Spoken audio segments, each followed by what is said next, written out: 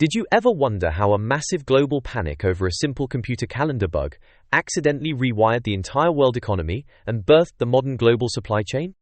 This is Critical Path, where we explore stories and innovations about our global supply chain that connect our world to your everyday life. If you were around in the late 1990s, or if you have ever heard the legends of that era, you probably know about the absolute sheer terror of the Y2K bug. Let us set the scene. As the 20th century was drawing to a close, corporate executives and government officials were suddenly gripped by a terrifying existential dread. They realized that legacy software systems around the globe had been programmed using only 2 digits for the year. The fear was that when the clock struck midnight and rolled over to the year 2000, computers would think it was the year 1900. The brilliant minds of the era were absolutely convinced that this tiny coding shortcut would trigger a global systemic collapse. Planes would fall from the sky, bank vaults would lock shut permanently, and microwaves would probably rise up and attack us. This panic necessitated a massive, immediate, and frantic audit. Millions upon millions of lines of code had to be reviewed and remediated. There was just one massive problem. This gargantuan task completely exceeded the capacity of all the domestic information technology workforces in the United States and Europe combined. There simply were not enough nerds to save the world in time. In pure desperation, Western firms looked across the ocean and turned to India. India was an emerging hub of intellectual capital that had recently liberalized its economy, and they had a massive pool of highly educated, English-speaking engineers ready to work. The Indian engineers jumped in, fixed the code, and successfully remediated the Y2K crisis. But here is the wild part, the plot twist of the century. By saving the Western world's computer networks, these Indian engineers provided the ultimate empirical proof of concept. They proved, beyond a shadow of a doubt, that complex, high-stakes, white-collar tasks could be executed seamlessly across vast distances. The Millennium Bug, rather than ending the world, effectively killed distance. The ghost of distance, that old villain that kept businesses locked into their local geographies, was dead. It proved that the global supply chain was no longer restricted to the gritty, noisy factory floor. It had expanded into the realm of the human mind. The history of the global supply chain is usually told as a story of slow, gradual technological evolution. But the 1990s were different. They represent a violent, spectacular rupture in that continuity. During this transformative decade, the term supply chain actually moved out of dusty, obscure corporate manuals and into the mainstream lexicon. The 1990s were the period where the new economy was born. It was fueled by a completely unique alignment of geopolitical openness, the commercialization of the internet, and a relentless, almost obsessive corporate focus on what business gurus called core competencies. By the end of the decade, the global economic map had been completely and permanently redrawn. It created a brand new hierarchy of winners and losers that continues to define the geopolitical tensions we are dealing with today. So how did we get here? The acceleration of offshoring in the 1990s was really the logical conclusion of a series of massive geopolitical shifts that kicked off in the late 1980s. Imagine the world map as a giant jigsaw puzzle that suddenly got dumped on the floor and put back together differently. The end of the Cold War and the subsequent collapse of the Soviet Union in 1991 integrated nearly 30 transition economies into the global market. Suddenly, Western European firms had access to a massive, highly educated and low-wage labor pool right next door in Central and Eastern Europe. At the exact same time, a philosophy known as the Washington Consensus took over the globe. This was a set of neoliberal policy prescriptions favoring market liberalization, privatization of state-owned industries, and strict fiscal discipline. It became the dominant global paradigm. It was like a trendy economic diet, influencing developing nations from India to Argentina to open their borders, drop their tariffs, and welcome foreign capital with open arms. Let us look at India again. In 1991, India faced a severe balance of payments crisis. They had a brush with national bankruptcy, which forced them into a rigorous liberalization program. They dismantled the infamous license Raj, a massive system of red tape and bureaucracy, and openly invited foreign direct investment. Meanwhile, over in the Western Hemisphere, politicians were busy negotiating the North American Free Trade Agreement, or NAFTA. Implemented in 1994, NAFTA institutionalized the deep integration of a high-wage economy, the United States and Canada, with a neighboring low-wage economy, Mexico. This created a powerful template for deep integration that subsequent trade agreements all over the world would desperately attempt to replicate. This wild new policy environment was further stabilized by the creation of the World Trade Organization in 1995. The WTO provided a robust, rules-based system for international trade and, crucially, for the protection of intellectual property rights. You can literally see the map shifting in the trade data. Look at the United States between 1988 and the year 2000. Firms aggressively shifted away from traditional high-wage partners toward emerging markets. In 1988, China accounted for only about 1% of US imports. By the year 2000, that share had exploded to 8.2%, driven by their special economic zones and preparation to join the WTO. Mexico went from 6% to 12% of US imports, driven entirely by NAFTA. Meanwhile, traditional partners like Japan saw their share steadily decline.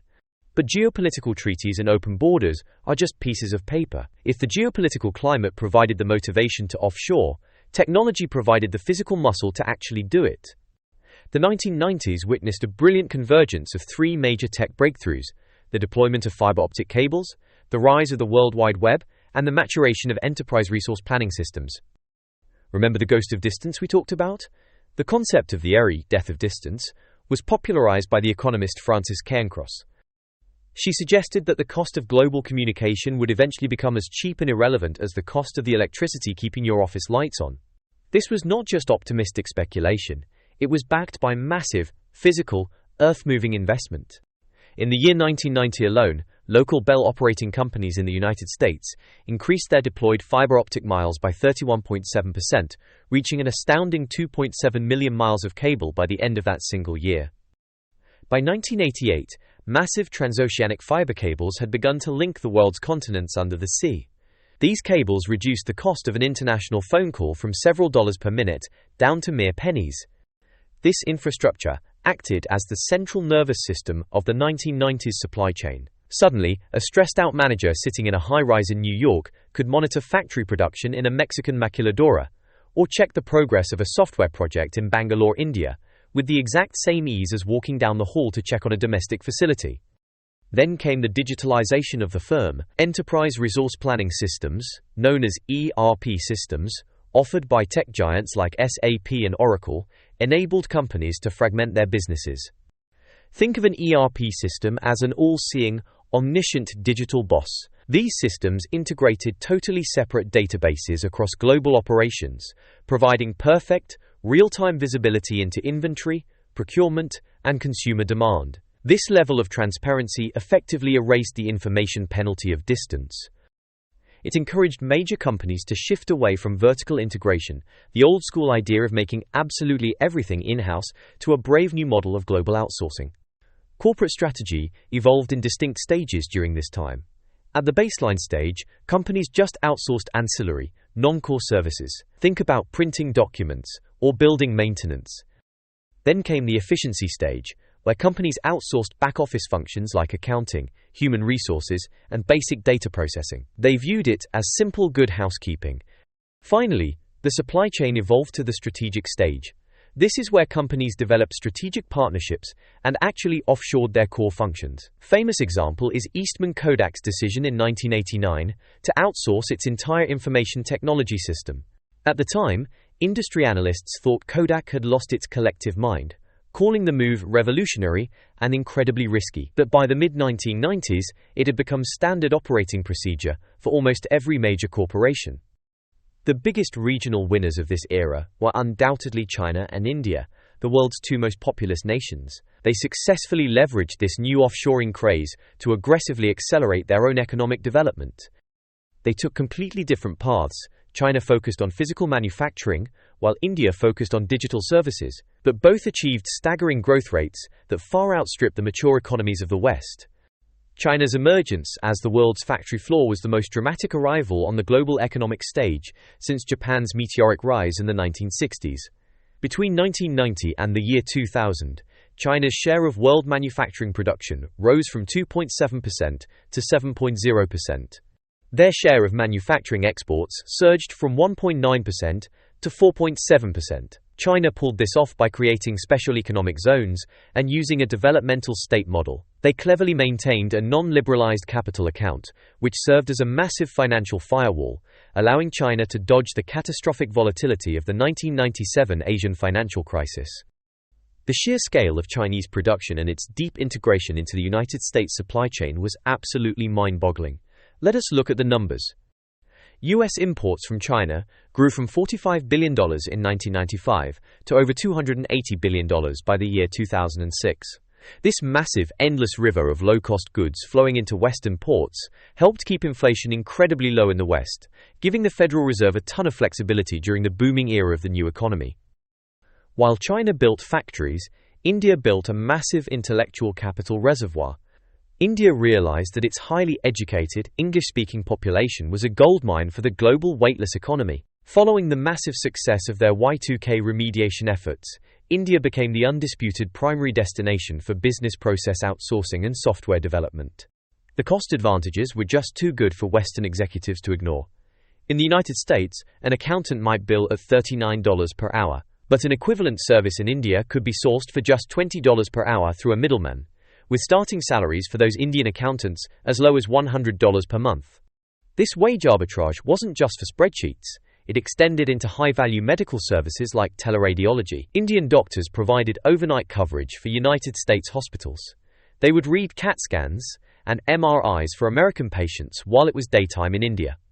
This brilliant arrangement not only slashed costs, but actually improved patient care, ensuring that the doctors reading the complex medical images were working during their normal daytime hours drastically reduced fatigue-related errors. It was the ultimate global life hack. However, the world is not a perfect place, and this global market did not distribute its massive gains equally. While Asia and North America integrated at breakneck speeds, other regions struggled deeply to capture any benefits from the 1990s offshoring wave. Sub-Saharan Africa and parts of Latin America experienced disappointingly weak economic growth. In Africa, total factor productivity growth remained stubbornly negative throughout the entire decade, continuing a depressing trend from the 1970s and 1980s.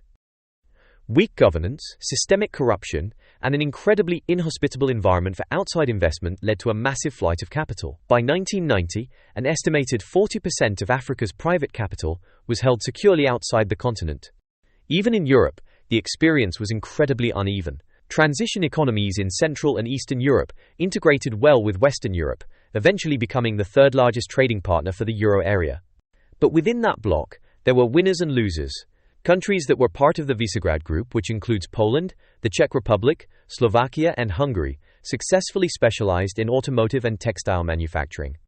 The Baltic states managed to carve out a niche focusing on wood products. However, nations that failed to join the European Union's customs union or the European Free Trade Area saw significantly slower growth paths. This harsh reality proved that geographic proximity alone meant nothing without strong institutional integration. You could be right next door to wealth, but without the right paperwork and treaties, you were locked out. Back in the corporate boardrooms, the 1990s saw the rise of business models that prioritized the rapid flow of information over the physical ownership of assets. This era was defined by the massive transition from just-in-case manufacturing to just-in-time manufacturing. Originally pioneered by Toyota in Japan, just-in-time logistics swept the globe during the 90s. The absolute masterclass of this era was the Dell Direct model. Dell computers utterly revolutionized the personal computer industry by weaponizing the commercial internet and just-in-time principles. By bypassing big-box retailers completely and building computers only after a customer order was actually received, Dell eliminated the massive financial risks of carrying huge warehouses of inventory. In the computer hardware market, carrying inventory was a death sentence because components became obsolete within months. Dell required its suppliers to keep their inventory in small warehouses, known as supplier logistics centers, located very close to Dell assembly plants. Dell would withdraw parts only as needed, sometimes taking deliveries every 2 hours. Dell effectively replaced physical stock with real-time digital data. They shared production schedules and sales forecasts with a very small, elite group of trusted suppliers. In fact, Dell slashed its supplier base from 204 in 1992 down to just 47 suppliers by 1997. This strategic, suffocating closeness allowed Dell to reap all the benefits of vertical integration without the brutal, capital-intensive burden of actually owning the factories themselves. It was called virtual integration, and it was brilliant. When you implement the lean just-in-time model correctly, the metrics are insane. Compared to traditional models, inventory levels were reduced by roughly 80%, which freed up massive amounts of capital. Productivity increased by about 50%. Quality control improved by roughly 70%, because errors were caught immediately instead of at the end of a long assembly line. Channel costs, which used to eat up roughly 15% of revenue, plummeted to just 2%, meaning lower prices for consumers. But when you mess up just-in-time logistics, the results are catastrophic. Take the Apple Power Mac failure of 1995. It is the perfect illustration of the immense dangers of poor supply chain visibility and fear-induced inertia. After accidentally overproducing inventory in 1993, Apple's management became incredibly gun-shy and overly cautious. They drastically underforecasted consumer demand for the shiny new Power Mac computer. When global PC sales suddenly jumped by 25% in 1995, Apple was completely caught off guard. They were unable to fulfill $1 billion in orders. Customer waiting lists stretched to 2 grueling months. This massive mismatch between supply and demand caused Apple's stock price to get chopped in half. The company was brought to the absolute brink of bankruptcy before a guy named Steve Jobs eventually returned to rescue it. So who really won the 1990s? High-skilled workers in the West were big winners. Offshoring massively boosted the relative demand for skilled workers, particularly those in roles involving math, language, and social science. These workers captured 15% of the rise in relative wages during the decade.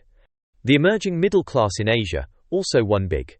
In India and Vietnam, the 1990s were an absolute golden age. Vietnam managed to cut its extreme poverty rate by 50%. Indian high-tech yuppies saw their wealth increase exponentially. Multinational corporations like Microsoft, Hewlett-Packard, IBM, and Oracle achieved operational savings in excess of 30% by moving operations overseas, allowing them to reinvest heavily in research and development. And finally, the global consumer won. The integration of low-cost manufacturing centers served as a massive brake on inflation in the United States and Europe, stretching the purchasing power of the average consumer for electronics and cheap apparel. But the list of losers is equally profound. Low-skill workers in developed nations faced absolute wage and employment devastation. Doubling a manufacturer's offshoring was associated with an 11.5% drop in unskilled wages over a 5-year period. Between 1994 and 2001, NAFTA alone directly displaced 415,000 workers in the United States, 34% of whom were in the textile and apparel industry. This created the hollowed-out, Rust Belt communities. Displaced factory workers often lacked the higher education or specialized skills to easily transition into the new tech-heavy service economy, leading to persistent, multi-generational, long-term unemployment. The pain was incredibly localized. The loss of manufacturing jobs was particularly devastating for Black and Hispanic workers in the United States, for whom these factory roles had been a highly reliable pathway to the middle class. Growing trade deficits with China displaced nearly 959,000 jobs held by workers of color between 2001 and 2011. Even worse, when these displaced workers did find new jobs in the service sector, they earned an average of $10,485 less annually. The environment was also a massive loser. Fears of an environmental race to the bottom led many developing governments to deliberately resist implementing tough pollution standards. They feared that strict environmental laws would drive lucrative foreign industry away to a cheaper, dirtier country. This phenomenon was termed regulatory chill. While it wasn't a universal trend everywhere, the simple threat of a corporation packing up and relocating gave executives massive leverage over sovereign environmental policy. This intense drive for corporate efficiency eventually collided head-on with human rights. The 1990s were defined by a growing, aggressive social consciousness regarding the externalized, hidden human costs of the global supply chain. The sportswear giant Nike became the absolute primary target of this intense public scrutiny. Throughout the decade, devastating investigations revealed horrific conditions in Nike's overseas contract factories, uncovering poverty-level wages, wildly hazardous conditions, and the widespread use of child labor. In 1991, an activist named Jeff Ballinger published a blistering report detailing the drastically insufficient payment of Indonesian factory workers. This report immediately sparked massive consumer boycotts and loud picketing outside of retail stores. The public relations crisis deepened significantly in 1996, when a heartbreaking photograph of a young Pakistani child sitting on the ground stitching a Nike soccer ball appeared in Life magazine. Nike's initial corporate response was to legally wash its hands of the situation. They denied direct responsibility, arguing that because they did not physically own the foreign factories, they could not dictate the rules. This tone-deaf defense only poured gasoline on the fire. The reputational damage was catastrophic, causing Nike's stock price to plummet by 50% in 1998. The bleeding forced a radical shift in corporate strategy. CEO Phil Knight gave a landmark speech in 1998, publicly admitting that the Nike brand had unfortunately become synonymous with slave wages. This marked the true beginning of a major industry transformation toward corporate social responsibility. By the year 2005, Nike had completely reversed course to become a global leader in transparency. They voluntarily published their full list of 750 global factories and helped set a brand new industry standard for monitoring and accountability. As the global supply chain became a massive, interconnected web, the legal frameworks governing it introduced some incredibly contentious clauses. Two of the most controversial were the WTO's TRIPS agreement and NAFTA's Chapter 11. The 1994 Agreement on Trade-Related Aspects of Intellectual Property Rights, usually just called TRIPS, required all WTO members to adopt very high, Western levels of intellectual property protection. While this strict legal shield gave high-tech companies the ultimate confidence to offshore their manufacturing without the constant fear of having their designs stolen, it was deeply resented by developing nations. They viewed TRIPS as a form of brutal economic coercion that primarily served to protect the profits of rich countries. Critics fiercely argued that TRIPS created artificial scarcity and made vital, life-saving medicines significantly less accessible to sick populations in the developing world. Then there was NAFTA's Chapter 11. This was a legal provision originally designed to protect foreign investors from being hit with discriminatory treatment by corrupt host governments. However, it introduced a terrifying legal mechanism known as investor-state dispute settlement. This mechanism allowed private profit-driven corporations to bypass local laws and sue sovereign national governments directly in private international tribunals. This provision became highly explosive when aggressive corporations began using it to challenge domestic environmental, health and safety laws. The corporations boldly argued that such public safety regulations were legally equivalent to the expropriation, or theft, of their expected future profits. While corporate lawyers argued that this system beautifully depoliticized investment disputes, furious critics contended that it basically allowed megacorporations to skirt domestic courts and completely undermine the democratic public interest. The decade finally closed with a brutal series of financial shocks that perfectly highlighted the extreme fragility of a totally globally integrated financial and production system. The 1994 Mexican peso crisis, the 1997 Asian financial crisis, and the 1998 Russian financial crisis each violently demonstrated how a localized economic failure could trigger a massive global contagion.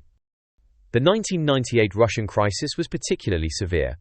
It led to a massive twofold devaluation of the ruble and a shocking default on domestic sovereign debt. To give you an idea of the devastation, Russian federal subsidies suffered an 80% drop. This chaotic event caused an immediate, panicked flight to safety among global investors. It led to a total seizing up of global security credit markets and caused the terrifying near collapse of the massive United States hedge fund, long-term capital management. For the new breed of global supply chain managers, these cascading crises served as a very dark, sobering reminder. The relentless pursuit of maximum financial efficiency through aggressive offshoring absolutely had to be balanced against the systemic risks of a world where financial markets and factory production links were now inextricably, dangerously tied together. So what is the ultimate legacy of the 1990s offshoring wave? It represents the exact decade where the global supply chain was born in its modern, fragmented, hyper-efficient form. It was an era of profound paradox. On one hand, it successfully lifted hundreds of millions of people out of crushing poverty in Asia, while simultaneously hollowing out the industrial middle class in parts of the West. It boldly promised the death of distance through millions of miles of glowing fiber optics, while brutally revealing terrifying new vulnerabilities in tight just-in-time logistics networks. and it established a rigid, rules-based global order that was almost immediately challenged by angry social movements and bitter sovereign legal disputes. The ultimate winners were those clever entities who fully embraced virtual integration, the incredible ability to coordinate global production through real-time data and information, rather than the physical ownership of heavy, rusty assets. The winners were the people who possessed the high-skill intellectual capital demanded by the new economy. The painful losers were the low-skilled workers, whose manual labor suddenly became a cheaply traded global commodity, and the isolated regions that remained locked outside the weightless economy due to poor governance or simple bad geography. The massive, chaotic 1990s taught the entire world that the global supply chain is never merely a technical or logistical arrangement. It is a deeply social and highly political one. The meteoric successes of China and India, the painful ethical reckoning of Nike, and the bitter legal battles over NAFTA Chapter 11 all point to a single, undeniable conclusion. The quest for absolute efficiency through global offshoring is a remarkably powerful engine for wealth and growth. But, without robust frameworks for social protection and systemic resilience, it breeds a level of inequality and fragility that can threaten the very stability of the global system itself. The Millennium Computer bug did not end the world at the stroke of midnight, but the incredible global offshoring revolution it helped catalyze certainly changed our world beyond all recognition. If you were a CEO in the 1990s, would you have offshored your entire operation, or kept things local and weathered the storm? Let us know what you think in the comments down below. Thanks for listening and watching. Please like and subscribe, and make sure to check out our other videos about the global supply chain.